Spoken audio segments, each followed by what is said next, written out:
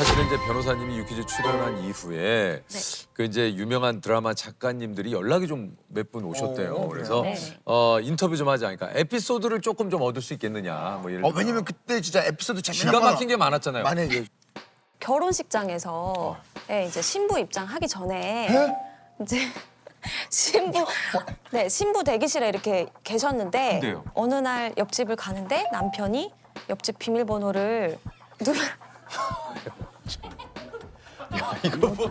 야 이거 뭐야? 이게 진짜 드라마가 아니고. 기분 탓이겠지 이러고 그런가 들어갔는데 강아지들이 갑자기 막 주인한테 대하듯이 와 이거 소름 돋는다.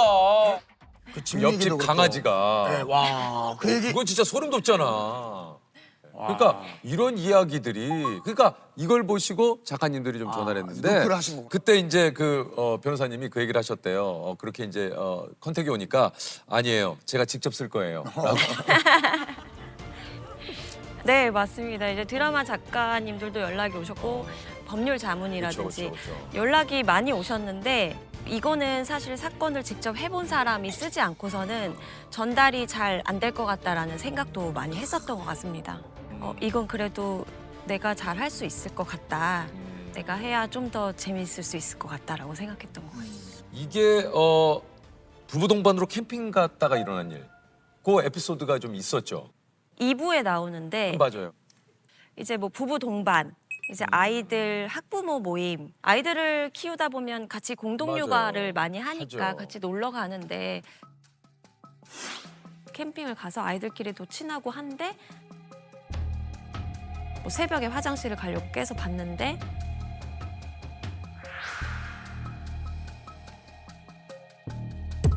캠핑 장소에서 발각되는 걸로 그렸어요.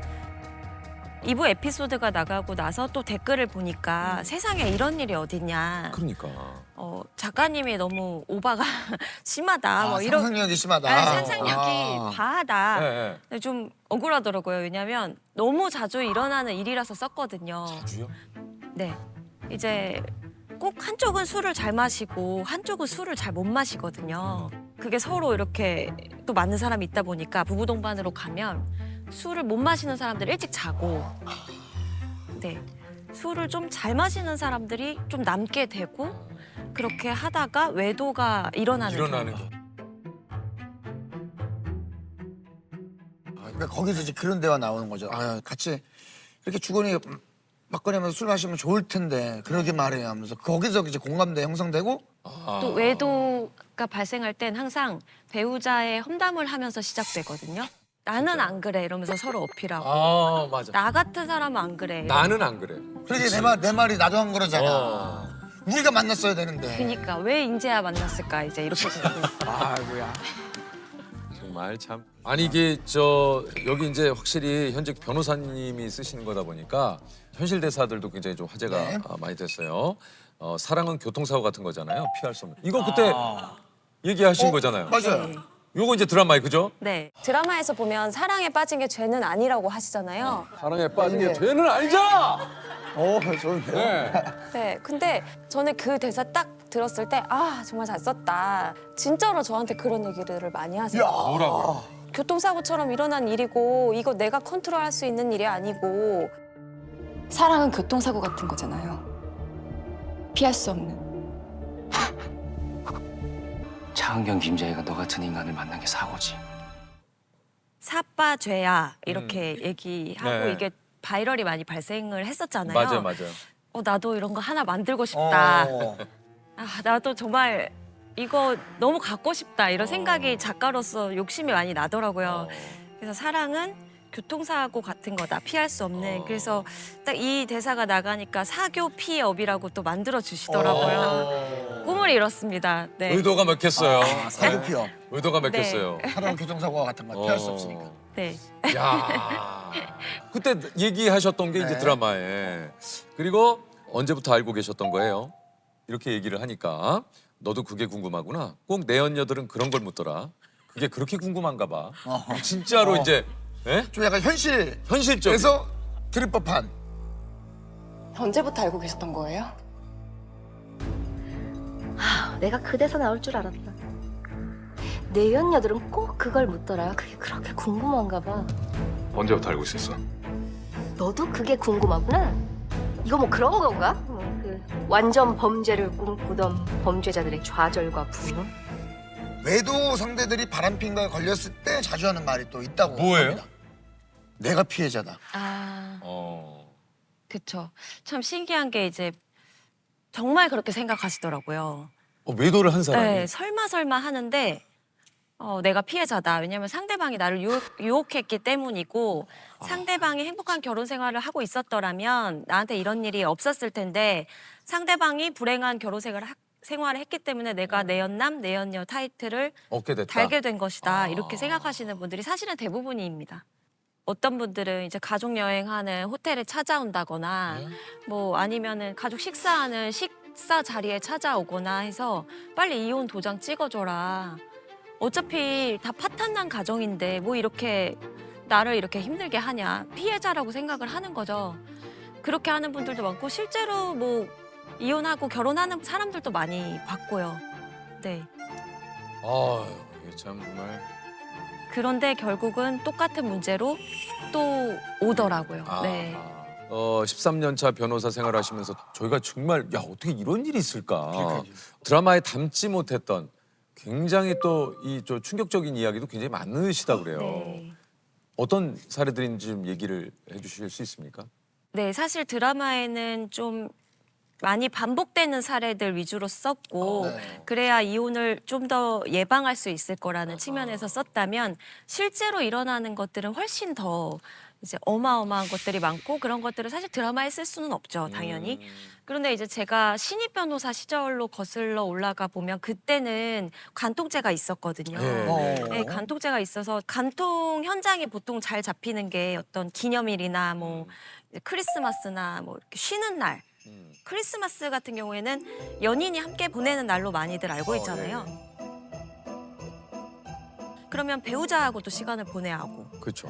또 제2의 또 연인과도 시간을 보내야 그렇죠, 하다 그렇죠. 보니까 이게 겹치거든요. 그럼 어떻게? 그래서 항상 한 명은 이브, 한 명은 당일 이렇게 스케줄을 배분하시는 분들이 많거든요. 상간자들은 꼭 크리스마스 이브, 크리스마스 당일 이런 날들을 상대방과 같이 있는 것으로 자신의 애정, 우리 관계를 확인받고 싶어 하더라고요. 그러다 보니 이때 제일 많이 걸리세요. 이 크리스마스 때. 그래서 20대 변호사 시절에 간통 현장을 발각하신 의뢰인분들께서 항상 전화를 주셨어요. 그러면 저는 이제 크리스마스 파티하려고 또 혼자 차려놓고 혼자요? 네, 이제 혼자 차려놓고 막 이제 행복하게 준비를 하고 있으면 딱 전화가 와요. 이제 처음에는 딱 받으면은 변호사님 여기 현장 잡았습니다. 네, 지금 동영상 찍고 있습니다. 저기요. 실제로 이렇게 외도를 하는 분들 보면 어때요? 좀 이렇게 담대한가요? 행동들이? 네, 담대하고 굉장히 이제 계획적이어야 되고 왜냐면은 배우자는 눈빛만 봐도 그럼요. 알고 거짓말하기가 정말 어려워요. 네, 불가능에 가깝거든요. 사실. 맞아요. 근데 그 어떻게 이렇게 불가능을, 이거를 네. 그걸 해내야 하다 보니까 보통 외도 이제 키트 같은 걸 갖고 다니세요. 외도 키트요? 그러니까 뭐예요? 이게 핸드폰이 일단 2개, 3개. 아, 차가 여러 대이신 분들도 있어요. 왜냐면 블랙박스라든지 이런 것도 주의해야 되니까. 왜냐면 외도를 저지르시는 분들은 또 꼭 한 명이 아닐 수도 있거든요. 3명, 4명. 저는 6명까지 봤어요. 에? 동시에. 예? 6명이요? 동시에 6명까지 저는 봤거든요. 아니 그거 와. 그거 거의 월화수목금토 이렇게 나눠서 네, 맞습니다. 그리고 또 배우자한테만 신의를 지키는 그런 거짓말을 하는 게 아니라 알리바이라든지 또 이 내연남, 내연녀들에게도 거짓말을 해야 되는 거다 보니까 굉장히 복잡해요. 그래서 이 사람한테 거짓말한 게 이 사람한테 들킨다거나 이제 서로 해서 그렇겠죠. 서로 그 내연 관계에 있는 사람들끼리 또 싸움이 나기도 하고 아. 본인들끼리 통화 하기도 하고 그래서 보면 정말 부지런하다 일단은. 네, 정말 부지런해야. 이게 아니, 진짜 부지런해야 될것 같아요. 외도하시는 분들의 특징이 부지런해요. 정말 부지런해. 그러면 아침에 안 그러면 못 못 만나요, 못 만나. 아침에도 일찍 나가실 거 아니에요? 일찍 나가시고 늦게 들어오고 잠만 자고 바로 나가고 밖에서 또 옷도 갈아입고 휴일도 또 없고. 휴일도 없고 휴일도 없고. 휴가도 없고. 크리스마스도 여러 명이랑 보내야 하고 저만 막 비용도 많이 들 텐데. 그러면- 비용도 정말 많이 그러면 크리스마스를 한 12월 초부터 보내야 되네. 들었어요. 야, 이게 웃을 일이 아닌데 참 정말 참 어떤 분인지 참 진짜 이게 보통이 그 위자료가 이게 2천이 한 평균인데 이게 5천이라서 이제 지금 얘기하신 대로 이건 왜 이렇게 높은가 하고 이제 살펴보신 거라면서요. 네, 위자료가 사실 대부분 2천, 뭐 3천 정말 소송 비용이나 시간 고려했을 때 크게 남는 게 없습니다, 사실. 저는 사실 수입에 비례했으면 좋겠는데 아직까지 그게 아닙니까? 네, 그렇진 않거든요. 아. 수입 한 2, 3년치를 해야 된다고 개인적인 의견은 그러한데 네. 아무래도 위자료가 좀 2, 3천 범위를 벗어나지 않아서 당사자들이 좀 힘들어 하시는데 5천 나온 사건들을 이제 찾아서 보면 진짜 뭐 드라마는 아예 범접할 수도 없는 세계가 많습니다. 이게 야 이것도 정말 내연녀를 누나라고 속이고 1, 2년간 신혼부부가 같이 사신 경우가 있다고요? 네. 에이, 그게 말이 돼? 네? 저는 이거 사실 판례 찾다가 이제 1심 판례에서 봤던 건데 위자료가 좀 많이 나왔길래 뭐지 하고 봤는데 내연녀를 누나라고 속이고 같이 동거한 결혼을 했는데 거기 집에 있는 분이 우리 누나야. 그쵸. 그러니까 신우이가- 신우인 줄 알고 살았던 거죠. 그럼 이분은 오케이 한 거예요, 그거를? 그렇죠. 서로 이제 잘 지내셨는데 알고 보니까 이제 내연 관계였던 와. 거죠.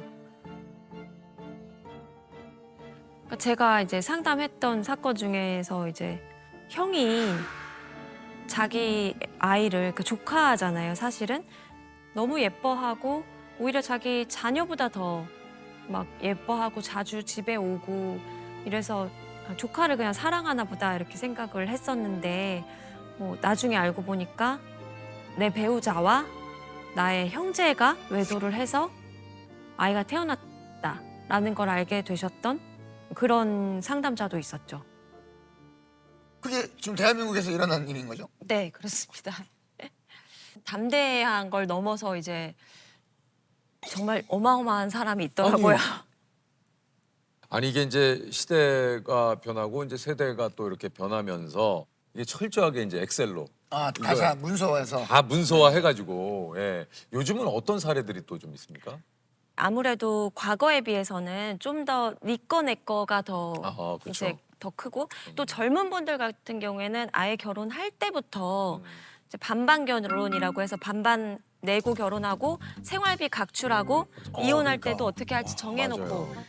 이런 경우가 굉장히 많거든요. 그래서 아이가 태어나도 외식은 반반, 개인적으로 뭐 혼자 먹는 거는 각자 이렇게 하는 경우가 정말 정말 많거든요. 아, 그러다 보니까 엑셀 파일이 나올 수밖에 없죠. 왜냐하면 이걸 정리해두지 않으면 그렇죠. 서로 분쟁이 발생할 수 있으니까 엑셀로 항상 정리를 하면서 혼인생활 하시는 분들 있고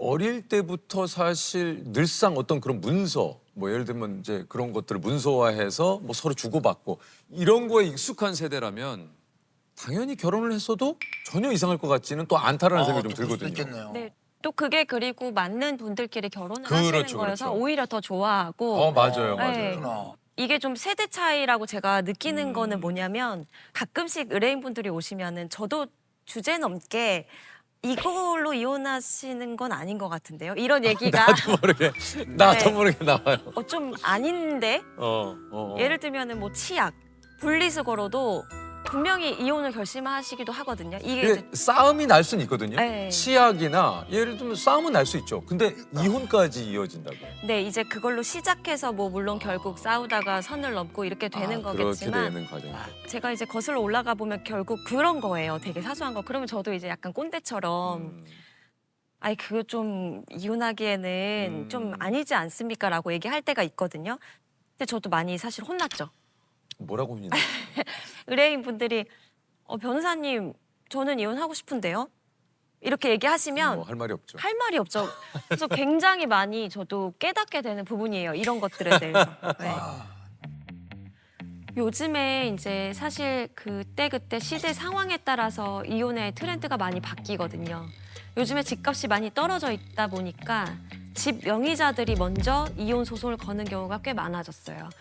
왜냐면 집 명의자 입장에서는 지금 현재 시가를 기준으로 해서 재산 분할을 줘야 되기 때문에 현재 시가가 낮을 때 본인한테 이혼이 유리하고,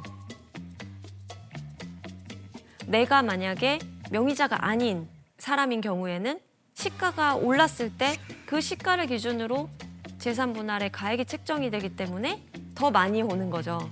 그래서 어떤 아파트는 예를 들면 이 아파트가 뭐 재개발이 확정됐다. 그러면 그 단지에서 막 계속 이혼하러 오시고, 그러니까 이혼이라는 게 뭐 10년 전부터 언제 이혼할지 시점을 고려하고 있었던 사람들 입장에서는 지금이야 하고 오기도 하고, 네 거 내 거가 나뉘어지는 결혼 생활이 많죠. 정말 많은 우리 또 사례들, 뭐 예를 들면 의뢰인들을 만나 보셨겠지만 아직까지도 좀 잊지 못하는 사건 같은 게 또 있으시다 그래요. 제가 이제 방청석에서 봤던 사건인데, 자녀를 한 10년 넘게 키웠는데 알고 보니까 본인 자녀가 아니었던 거예요. 근데 이제 아이를 좋은 학군으로 보내기 위해서 투잡, 쓰리잡 해가시면서 모으고 해서 이제 소위 말하는 학군지로 이사도 가고 아이 자녀 교육 위해서 그렇게 애쓰셨는데 알고 보니까 본인 자녀가 아니었던 거죠. 그래서 그 남자분께서 막 오열을 하시는데 그 감정이 너무 전달돼서 방청객에 있는 사람들이 울더라고요.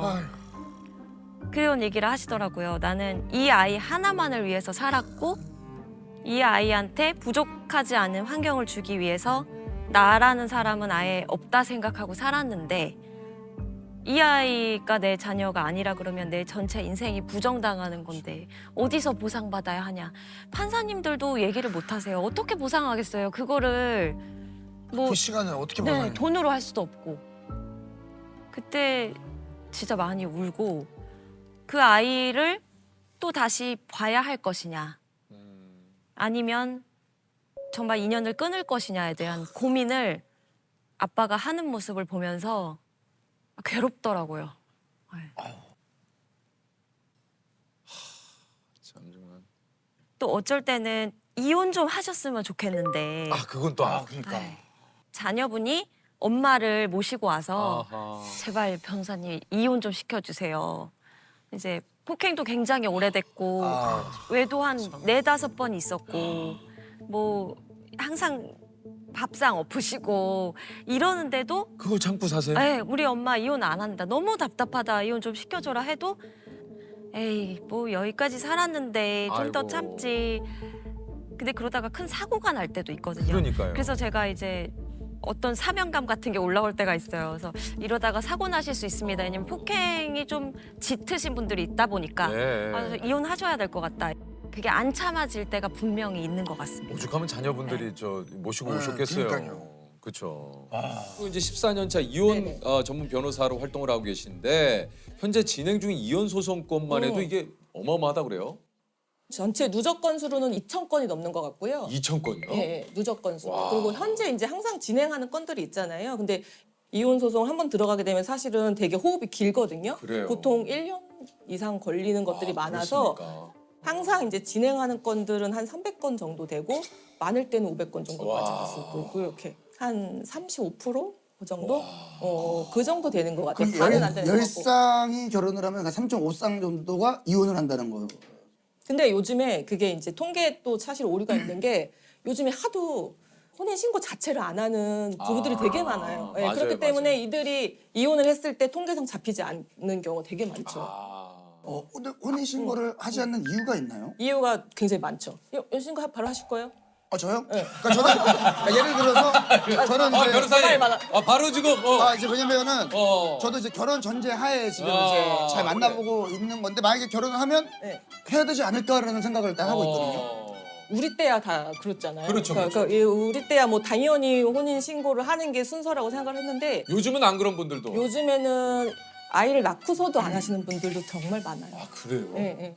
아니 어쨌든 이게 이제 최근 통계에 따르면은 결혼 4년 차 이하 신혼부부의 이혼율이 가장 또 높다고 하고요. 4년 차 이하. 예, 이게 이제 시대에 따라 바뀐 결혼 생활과도 조금 그 연관이 있다 그래요. 요즘에는 결혼이 이제 필수는 아니고 선택인 시대가 됐잖아요. 네. 그렇죠.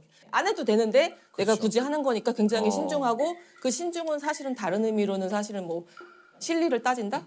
이런 게 있어요. 그렇죠. 네. 조금 그런 이해관계를 좀 따지게 되는데 본인들의 돈을 각자 어떻게 쓰고 어떻게 관리를 하느냐에 대한 갈등이 굉장히 심해요. 근데 우리가 생각했을 때는 경제 공동체라는 그렇죠. 관념이 예, 굉장히 예. 많았는데 요즘은 아예 그런 게 없단 말이에요. 그래서 그래요? 제가 한 7, 8년 전에 뭐 이혼 상담을 하면 젊은 부부가 왔길래 돈을 각자 관리합니다 했을 때 굉장히 특이하다라고 생각을 했었거든요. 근데 이제는 돈을 같이 합쳐요라고 하는 부부들이 오히려 특이한. 오히려 특이한 정도예요. 어떻게 하실 거예요? 저요? 변호사님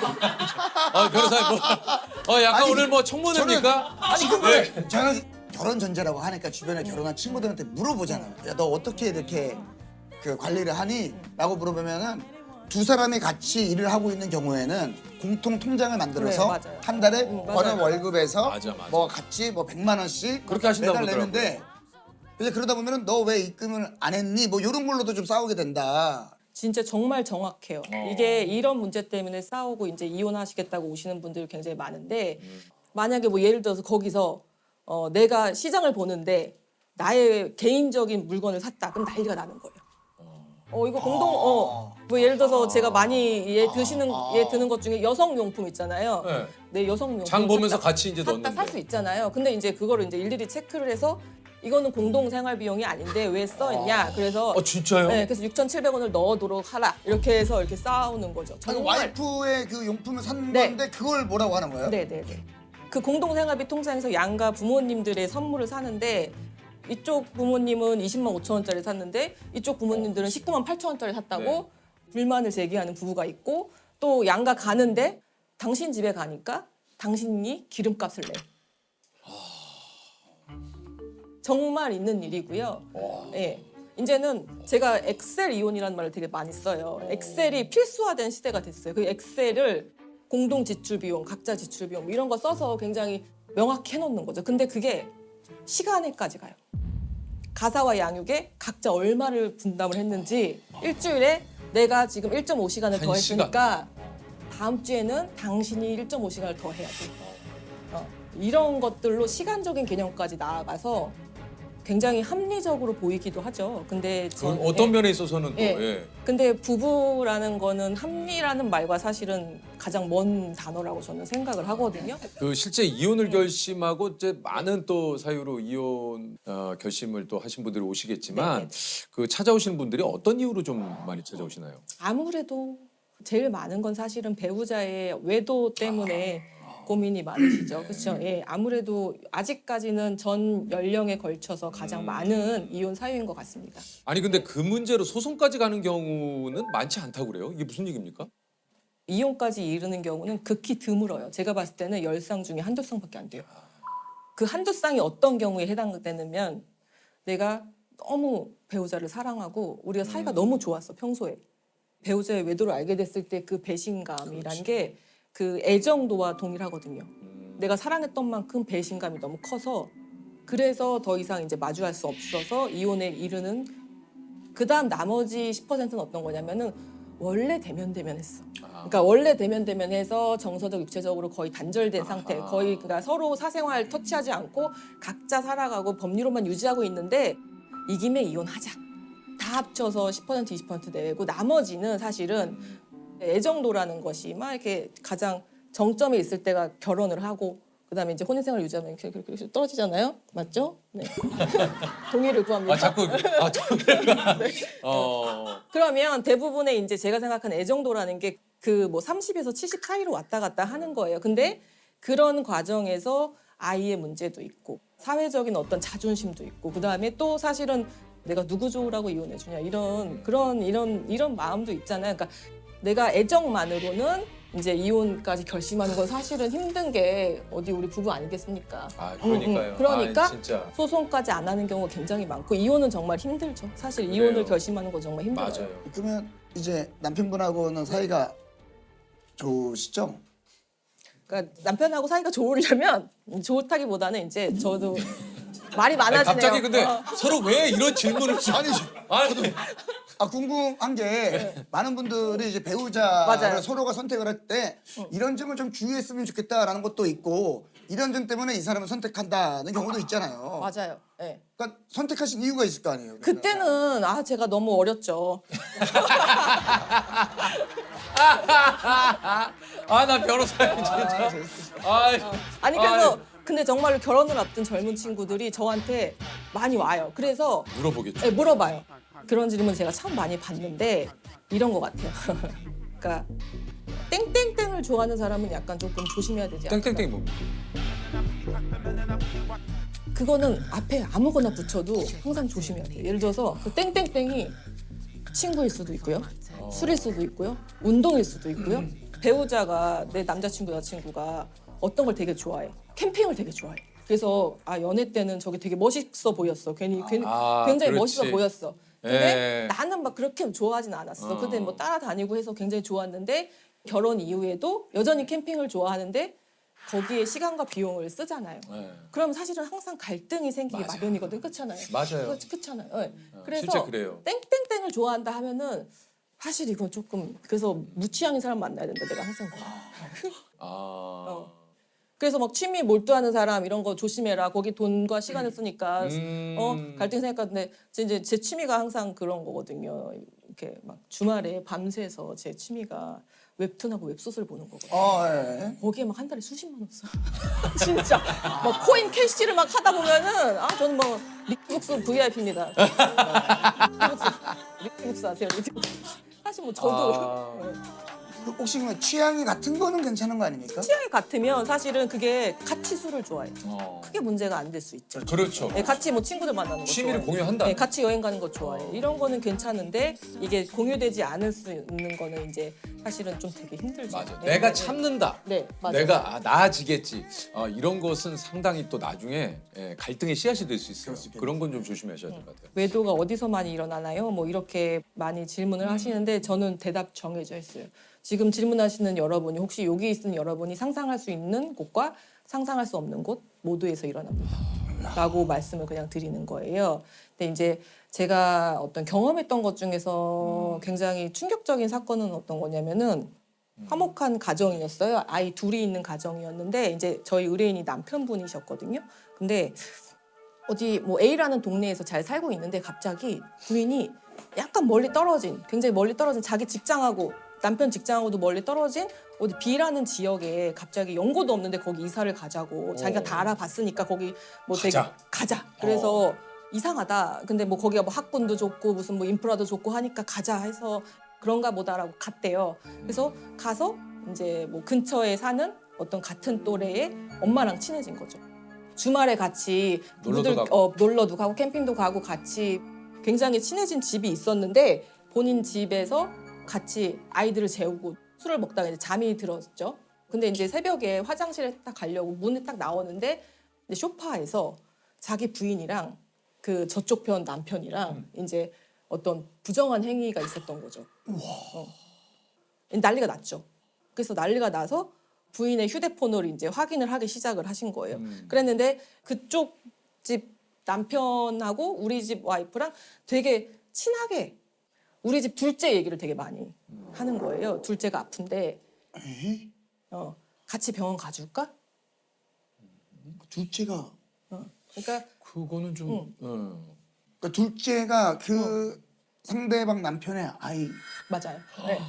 둘이 나중에 알고 보니까 둘이 결혼 전에 사귀었던 사이였는데 이제 뭐 집안의 반대 때문에 헤어지고 현재 이제 남편이랑 결혼을 했음에도 불구하고 계속 외도 관계를 이어가면서 거기서 이제 아이까지 출산을 했는데 그 아이를 우리 의뢰인의 자식으로 이제 그렇게 거짓말을 하면서 본인의 상간남, 그러니까 친아빠죠. 거기에 있는 동네로 이사까지 가서 친하게 지내고 그렇게 하면서 가능해요. 그럼 그거는 이제 어떻게 해결이 됐습니까? 뭐 이혼을 하고 그다음에 뭐 이제 그 아이가 혼외자 애가 둘째였거든요. 첫째는 아빠가 키우고 둘째는 이제 그쪽에서 알아서 했는데 제가 그때 사건을 담당했을 당시까지도 그 상대방 측 부부 있잖아요. 그러니까요. 거긴 이혼을 안 했어요.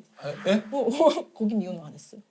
아니 그 저기 저는 지금 그 얘기하려고 그랬는데 아니 이쪽 그 남편분도 남편분이지만 아, 그쪽 아래 저쪽 아내분은 또 어땠을까 했는데 그러니까 참 알 수 없는 게 부부의 세계인 거예요. 예. 뭐 아 이게 진짜 얘기를 들어도 너무 이게 좀 굉장히 좀 충격적인데 아니 그 소송을 진행하다 보면은 진짜 이게 분노하거나 좀 화나는 일도 굉장히 좀 많으실 것 같아요. 많아요. 그 예. 남자분이 이제 아내 외도 때문에 상담을 오셨어요. 그래서 이혼은 좀 하기 힘들고 우리가 많이 하는 게 사실은 상간자를 상대로 하는 손해배상 청구 소송, 위자료 소송을 많이 하거든요. 그거라도 진행을 하고 싶다라고 말씀을 하셔서 그 남자분이 정말 많이 우셨고 그래서 고민 끝에 소송을 하기로 했어요. 그래서 소장 초안을 법원에 접수하기 전에 당사자한테 네. 확인을 시키는 절차를 네. 거치거든요. 그래서 파일을 보내드리고 이렇게 작성을 했으니까 확인을 해주세요. 그러고서 기다리고 있는데 며칠째 이제 연락이 계속 없으신 거예요. 한 일주일 정도 기다렸나? 그런데 여전히 카톡에 일이 안 없어진 거예요. 이제 운전하고 가고 있는데 딱 전화가 모르는 번호로 전화가 온 거예요. 그래서 자기 누구누구 부인인데 남편 죽었다. 자살을 하신 거겠죠. 어우. 근데 소송 들어간 걸 알고 있는데 시작 안 했으니까 그 착수금 나한테 돌려달라. 그 와이프가 그 외도의 당사자죠. 나 애 데리고 살아야 되니까 돈 돌려달라. 아 참. 이건 제가 안 돌려줘도 되거든요, 사실은. 사실은 예, 계약 계약이 다 예. 됐고 뭐 진행이 다 됐기 때문에. 근데 제가 그냥 조의금으로 돌려줬어요, 그냥. 아. 네.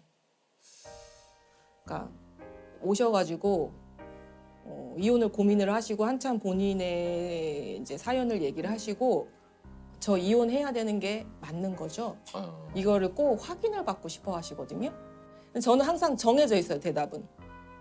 선생님이 이혼을 하시겠다고 하면은 재판상 이혼 사유는 해당돼서 이혼은 될 것 같습니다만 대신에 저의 얘기, 그 다음에 주변 사람들의 얘기를 전혀 듣지 마십시오. 왜냐하면 그렇죠. 예, 그 사람들의 선택대로 했다가는 나중에 후회하실 수 후회하니까. 있고 내 인생의 그, 결정이니까 그렇죠. 그 인생을 대신 살아줄 수 없기 때문에 본인의 마음이 최종 결정하는 대로 하시는 게 좋겠습니다라고 하시죠. 우리 배우자도 사실은 그런 질문을 많이 받겠죠. 아내가 이혼 전문 변호사고 약간 이혼 씬에서 네. 약간 좀 유명하잖아요. 이혼 씨.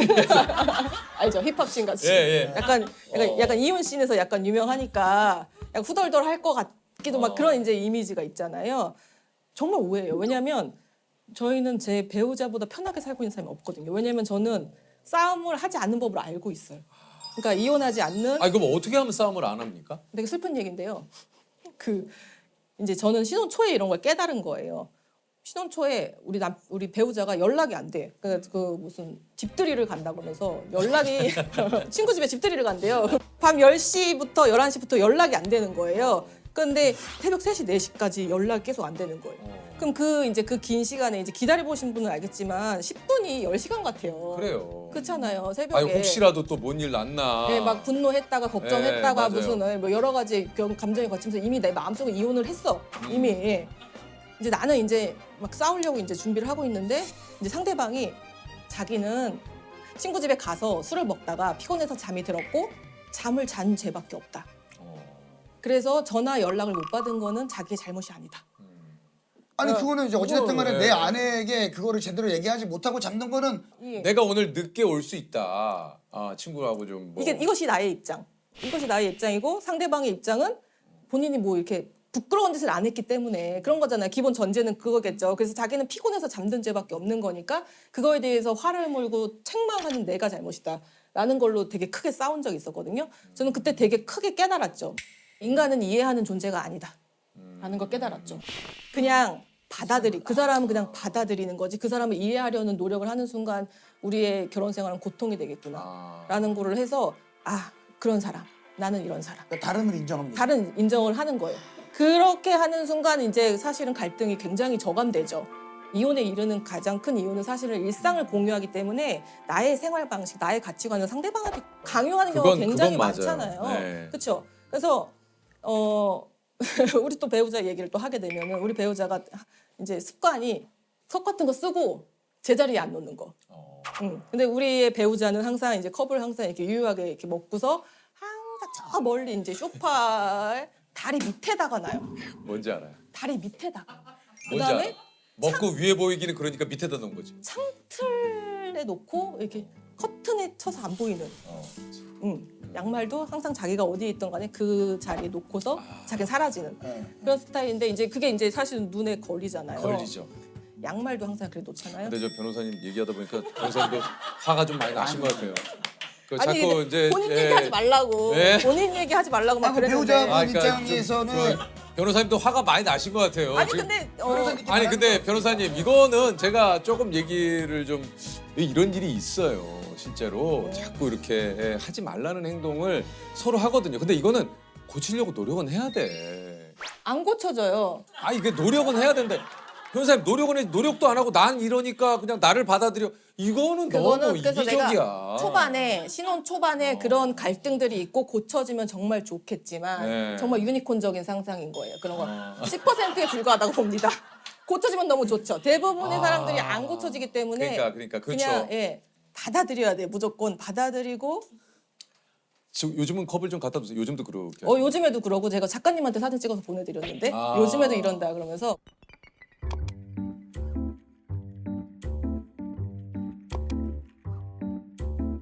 근데 이제 아좀 두세요. 이제는 제가 뵌 적도 없고 그렇지만 좀 부탁드릴게요. 근데 또 배우자 주세요. 배우자님 입장에서 또 할 얘기 있지 않을까요? 잔 10개 가운데 한 반 정도 한 30%라도 좀 조금씩 한번 갖다도 보세요. 정말 제가 그래서 제 별명 박보살이에요? 아 진짜로 보살님.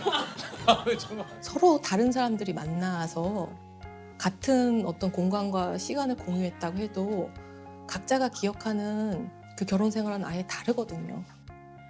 이혼에만 파탄이라는 말을 쓰는데 파탄은 깨지고 터졌다는 소리거든요. 회복될 수 없다는 그런 의미잖아요. 사실 깨진 걸 붙일 수 없으니까. 예. 저는 좋은 이혼은 있다고 생각을 해요. 내가 결혼 과정에서는 뭔가 갈등을 봉합하지 못해서 헤어지지만 그 과정에 있어서는 그래도 성숙할 수 있거든요.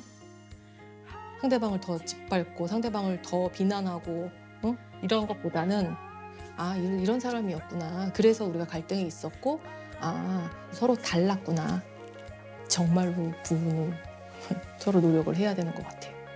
정말 말할 수 없을 만큼의 두 사람의 둘 다의 노력이 필요한 거죠. 사실은.